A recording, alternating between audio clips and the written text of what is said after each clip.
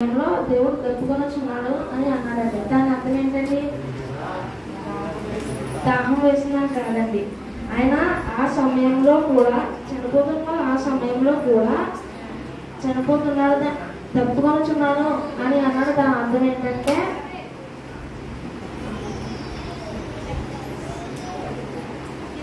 ఆయన శిలువపై ఎప్పుడు చనిపోతారో ఆయనకు తెలుసండి. ఆయన యెరూషలేము మందిరములో చివరి పాస్కా 3 గంటలకి వధించబడతాడని ఆయన యేసుకు తెలుసండి. కాబట్టి 3 గంటలకు చనిపోతారని యేసుకు తెలుసండి. లేఖనము నెరవేర్చినట్లుగా అంటే ఏంటండి? లేఖనం నెరవేర్చినట్లుగా దైవజనుడు యోహాను గారు రాసిన లేఖలను ఈ మాటలు ఉన్నట్టు యోహాను దేవుడు ఈ మాటలను పలుకుతారని అదే నెరవేర్చినట్లుగా దేవుడు శిలువపై ఏదో మాటగా పలికాడు. 2 లేఖనములు దావీదు రాశాడండి. యేసు పుట్టక ముందు దేవుడు రాశాడండి. 22వ కీర్తన 15 నా బలము ఎండిపోయింది చిల్లా పింకు వలె ఆయన నా నాలుక నా దవడలను అంటుకొని ఉన్నది. మరొక చోట ఉందండి 69:21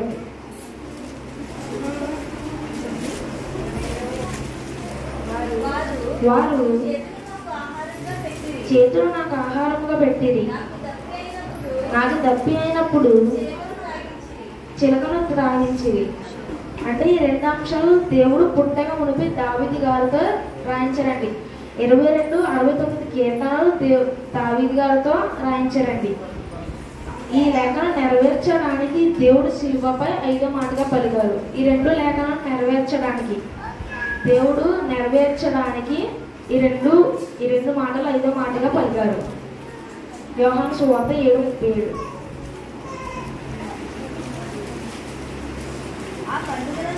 ఆ పండుగలలో మహాదినమైన అంత్యదినమున యేసు నిలిచి ఎవడైనాను తప్పుకొనని ఎడల నా ఎద్దకు వచ్చి తప్పు తీర్చుకోవాలను. నా యందు విశ్వాసం ఉంచేవాడు ఎవడో లేఖనము చెప్పినట్లు వాడు కడుపులో నుండి జీవజనములు పారునని బిగ్గరగా చెప్పాను. తన యందు విశ్వాసం ఉంచువారు పొందబోవు ఆత్మలు గూర్చి ఆయన ఈ మాటలు చెప్పాను. విశ్వాసము అనగా నిరీక్షింపబడిన వారు నిజ స్వరూపం అండి.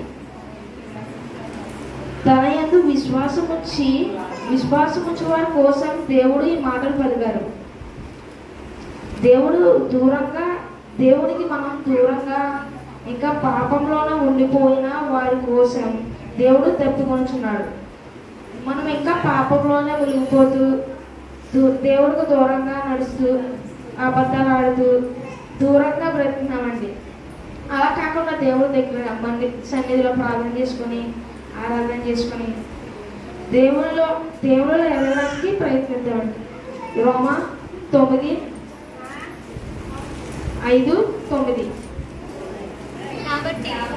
కాబట్టి ఆయన రక్తము వలన ఇప్పుడు నీతిమంతులుగా తీర్చబడి మరింత నిశ్చయముగా ఆయన ద్వారా ఉగ్రత నుండి రక్షింపబడుతుము. ఏలైనగా శత్రువులమై ఉండగా ఆయన కుమారుడిని మరణము ద్వారా మనము దేవునితో సమాధానపరచబడిన ఎడల సమాధానపరచబడిన వారమై ఆయన జీవించుట చేత వారు నిశ్చయముగా రక్షింపబడుదుము. దేవుడు రక్తము వలన అందుచేత మన ప్రభువైన యేసుక్రీస్తు ద్వారా మన దేవుని యందు అతిశయించబడుచున్నాము. ఆయన ద్వారానే మనము ఇప్పుడు సమాధానం పొందామన్నమాట. మనము దేవుని రక్తము వలన నీతి మందిగా తీర్చబడి, మనం నీతి మందిగా తీర్చబడాలంటే ఏం చేయాలండి? ప్రార్థన చేయాలి. ప్రార్థన చేస్తూ దేవుడు ప్రభువా నన్ను నీతి మందిగా మార్చని ప్రార్థన చేస్తే దేవుడు నీతి మందిగా మార్చుతాడు.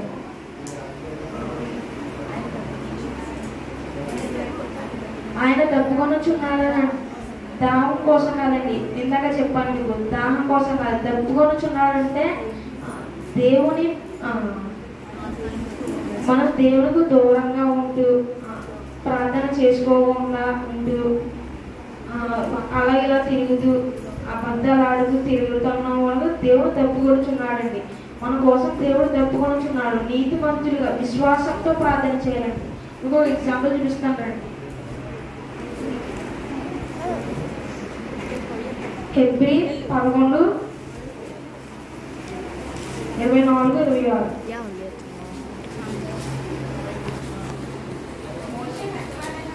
మోషే పెద్దవాడైనప్పుడు విశ్వాసమును బట్టి ఐగుప్తుదాము నుండి క్రీస్తు విషయమైన ఇంత గొప్ప భాగ్యమని పిలుచుకొని అల్పకాలము అల్పభోగము అనుభవించుట కంటే దేవుని ప్రజలతో శ్రమ అనుభవించుట మేలని యోచించి మరో కుమార్తె యొక్క కుమారుడనని అనిపించుకున్నటకు ఒప్పుకొనలేదు.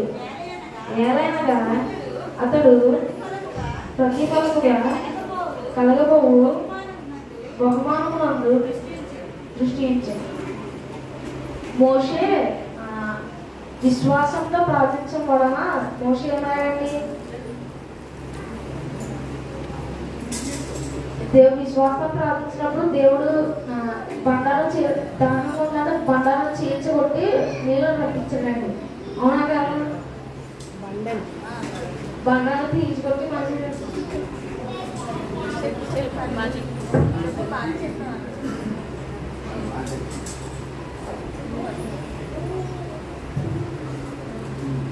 మనం దేవుళ్ళు ఎదగట్లేదు. అసలు దేవుళ్ళు ఎదుగుతూ మంచి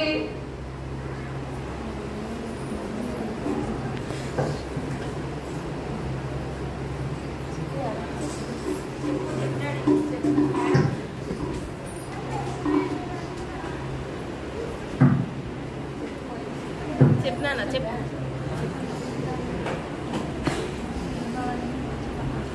దేవుని తెలుసుకుంటారు.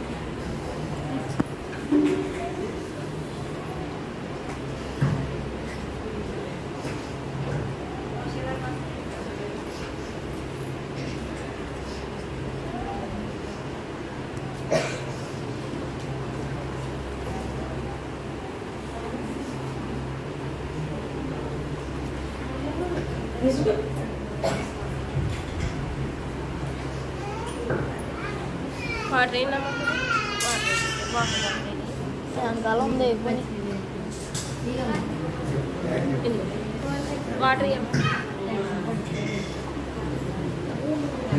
దేవుడు దాహం కోసం కాదండి, మనం దేవునికి దూరంగా ఉన్నాం. ఎందుకంటే మనం ఈ లోక పాపంలోనే ఉండిపోయి ఈ లోకంలోనే ఆయన తప్పుకొనిచున్నాడంటే ఇప్పుడు కొన్ని వాటర్ ఇస్తే ఆయన బ్రతికి తిరిగి వచ్చారు కదా. లేదు, ఆయనకు తెలుసు ఆయన కొద్దిసేపట్లో మరణిస్తారని తెలుసు. అయినా తండ్రి నేను తప్పుకొనిచున్నానని దేవుడు ఎందుకు అంటున్నాడో తెలుసా?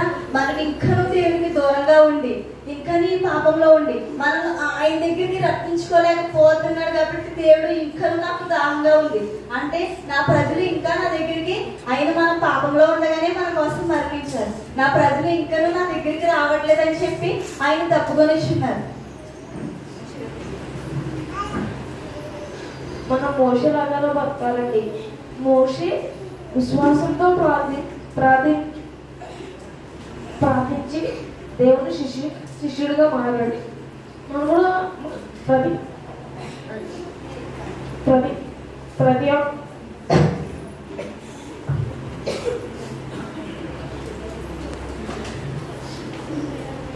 ఒక్కరు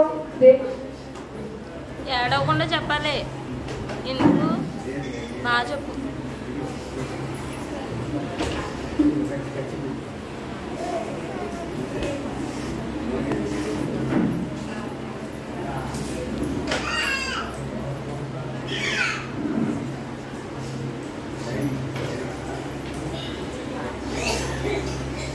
ఇప్పుడు దేవుడు మన కోసం ప్రాణాలు పెట్టాడు.